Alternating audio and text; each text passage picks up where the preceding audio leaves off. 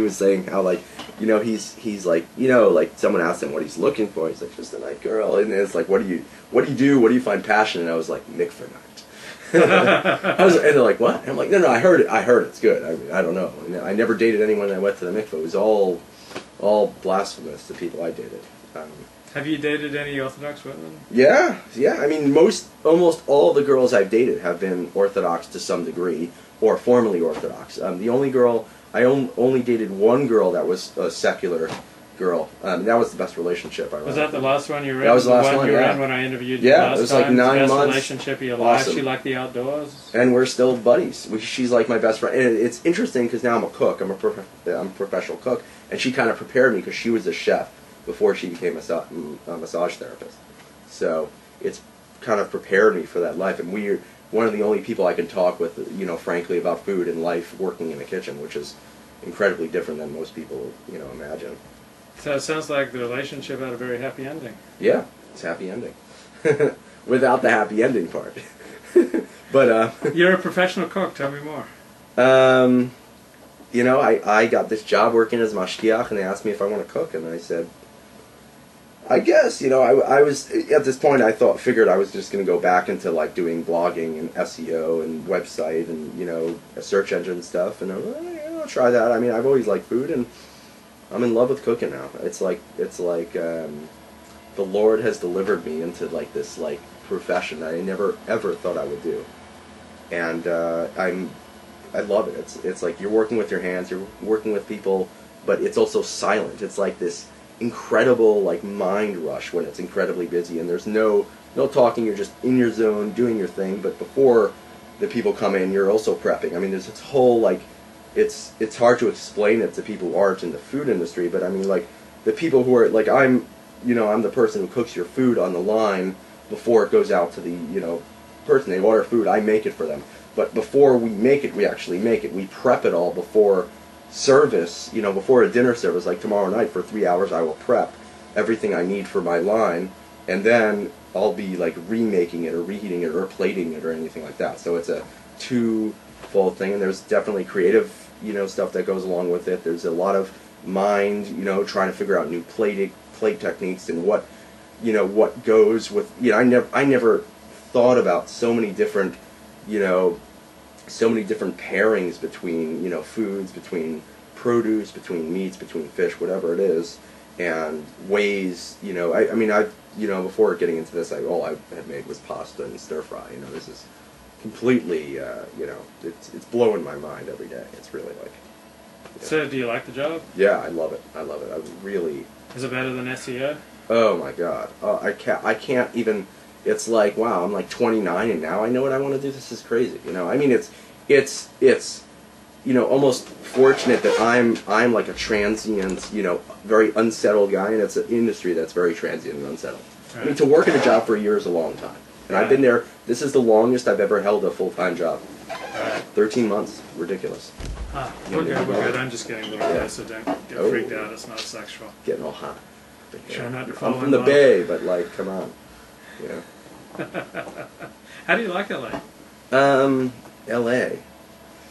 I was You've telling only been someone. Here once in your life?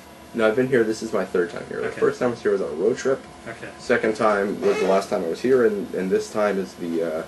How many people are here? There's 8 people. He said No, about 20. Wow, 20 people, dude.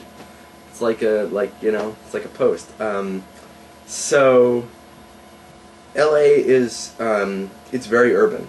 I'm not into the urban aspect of it, but from I'm coming down here to get my Frum on, so to speak. Come down, ate some pizza, saw some people I know. It was interesting to see just like Bay Area is not really home to a lot of FFBs and a lot of just mainstream orthodoxy, and I kind of miss seeing the main. It's nice to walk down the street and there's girls in skirts, there's women in shaitlach, and all the little kids are dressed the same. They all pay us. It's exactly the same way I felt when I lived in Rochester, New York, which was 350 miles, same distance as here to San Francisco from New York, and I would drive down there once every 3 months and like just look at Frum Jews like they were aliens, like, wow, this is crazy, And then I go back and I'm like, thank God I don't have to live there, so that's I think my thought. I don't know. I mean, I like this. It's a lot. I mean, it is so much different than New York. Anyone to even put it on, you know, from one weekend, I mean, the people are incredibly friendly.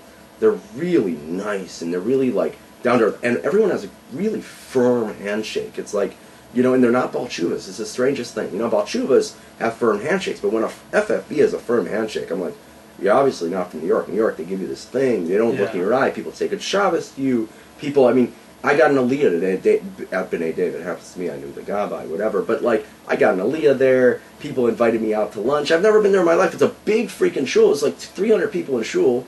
And they knew I was a guest, you know? That's nice. I like that. That was cool. But the guy I went with got a meal. I was eating at this guy, Yona's house. So you had a car breakdown on you at Yosemite? Coming out of Yosemite? I did. That must have been pretty traumatic.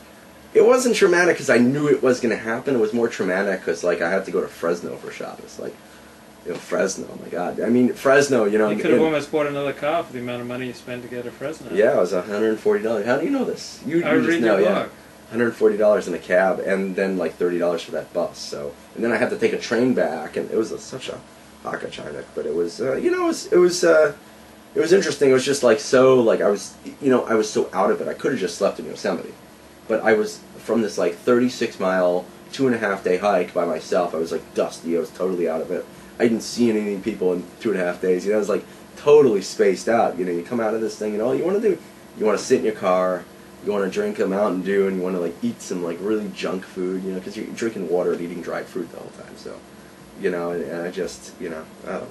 It was nice. Do you drink a lot of intoxicating beverages on a regular basis? I've gotten into wine actually, but not from the intoxication aspect, just from the like. I really like good red wine now, and I think that's a Northern California thing rubbing off on me, like good wine, cheese, coffee, fresh produce, good meat. You know, it's the whole food culture that I've been introduced into, and even prior to becoming a cook already, people were like having very nice wine. I was like, wow, I like wine. This is strange. Like, you know, $35 on a bottle of wine for Shabbos. Who the hell does that, you know?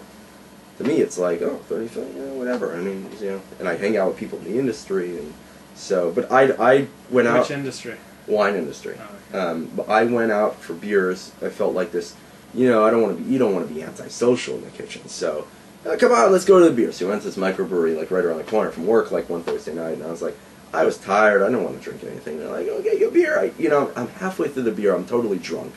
And I'm like, I don't want to drink. But you got to finish the beer. They pay for your beer, even though it was $1 beer night. But, like, I was just like, you know, they were laughing at me. I was like, I don't drink. I like the taste of alcohol, but I don't like the after effects of it, you know. So. They want to know when you're going to do a Frum Satire get-together in Brooklyn. In Brooklyn. You know, I hate this. Every time someone, in New York, I do these shows, every freaking person says they're going to show, sorry, my voice is going, by the way. I don't know what happened You've Thursday. been talking a lot today? No, in the house I live in, all my roommates were sick this week, so I'm getting sick. But, you know, every time I do a show in New York, everyone who says they're going to show up doesn't show up, you know? The biggest show I ever did in New York were shows that was already, like, for a shul or a program. It wasn't like, I did a show at Brooklyn College, like, 35 people showed up. Everyone said they're showing up. No one showed up. I basically, whenever people say they're showing up, I cut all those people in a quarter. A quarter of the people who say they're showing up show up. That's how it works. Oh, it's not a good night. It's not this, not this. I live 3,000 miles away. I'm not, you know, whatever. I'll come to Brooklyn if you fly me into Brooklyn or something. Maybe, you know, I never did a get-together, though. That's the truth. Whenever I did in Brooklyn, I always did shows. You know, Jews are cheap. I don't want to pay. A lot of Jews are like, dude, I'm paying for a freaking show when I can see you for free. That's the, like, Jewish mentality. Right. You know, especially amongst my friends. To try and get my friends to come to shows. Dude, show your support. Can I get them for free? I'm like, it's not my show. If it was my show, I'd let you in for free. You know, I invite you for Shabbos. I get the same thing. What do I do that for? So. Is it bad for Shadukim to be a Frum Satire fan? You know, apparently it is in some places. I have a friend who was on a date, and he asked the girl if she read Frum Satire, and she rejected him because she said she didn't want to go out again because of that. I don't know if it's good. I've been told that a lot of people will ask the girl or the guy if they read it and to see if they're on like similar humor.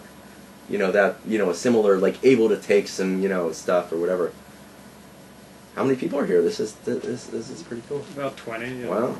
I should put this back up on my blog or something. You need to tell people. Go out and tell